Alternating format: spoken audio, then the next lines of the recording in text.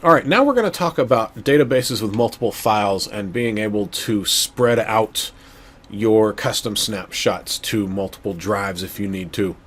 Hopefully you've already watched the basics on custom snapshotting, so you already know all about the tables, so I'm not going to talk about that really.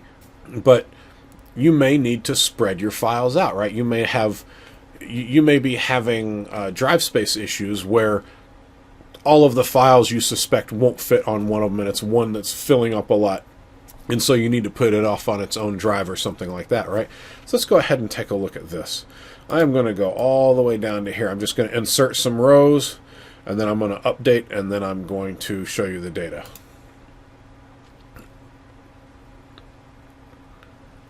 Snapshot path. Oh, okay, so setting snapshot. I'm still relying on the MinionDefault for the custom snapshot here. That's what I did. And now the custom path is what I wanted to show you. So again, right now, because I handled this at the MinionDefault level, I am now going to be taking custom snapshots for all of the databases on the server. Now let's look at the path. There we go. So I've got this snapshot and test multifiles database, and that is right here, right there. And I've got the file name of MinionDefault right here, and I want it to go to my.snapshotCheckDB. But then I've also got a file name of snapshot test multifiles, files2, and files3. There are actually 4 files in here. If I right click here and go to properties, and come up here to files, you'll see that I've got more files than that, right? I've got, let's go look at the logical file names. So I've got files 2, 3, and 4, and a log file. Now, you can't specify the log file path in a create database for snapshot statement. So that is a limitation of SQL, not of Minion.CheckDB. So you'll never ever put in a log file in here because it just won't be applicable.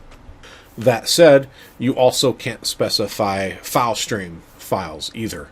So, okay. But you notice that there were 4 files. There was files, files2, files3, and then there was a files4. Well, notice I'll only go up to 3 here. So this one is going to get a custom location. This one is going to get a custom location. This one is going to get a custom location. And number 4, since it's not specifically mentioned here, will be picked up by the MinionDefault row. So any file that isn't specifically listed will go to the MinionDefault row, and everything else will get its own location. And you see here I'm on files 2, files 3, and then files 4 will actually go here. Let's go ahead and check that out and see if we get what we want. So I'm going to run this guy, and I don't think I'm not dropping the snapshot after this because we want to be able to take a look at it. There we go.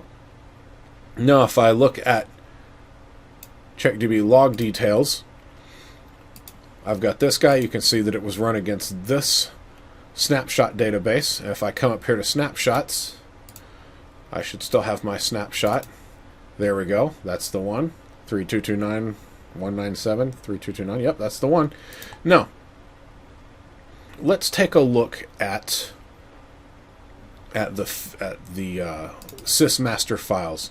So if I look at sysmaster files here, I'm looking at this snapshot database. So you can see that I've got the logical names here. So I've got files going to this folder. I've got files 2 going to the files 2 folder, files 3 going to the files 3 folder, and again, here's that number 4 that wasn't specified, and it's going to my snapshot CheckDB, which was that MinionDefault folder, right? So if I come here, actually yeah, that's right. If I come here, there's that my snapshot CheckDB right there that is going to be held by that one.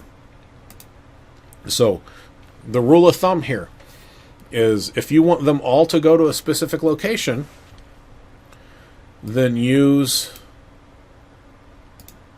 MinionDefault. And if you, and any of them that you want to go to a different location, put the logical file name of the file in here, and then specify the path that you want, and you should be good. Now, I think there was one more thing I wanted to show you. We'll get into check tables in another video. Yeah, we'll get into check tables in another video, and then we'll show you how to investigate snapshot stuff in a different video after that. So that is how to specify specific file locations, and next we're going to get into snapshots for check table.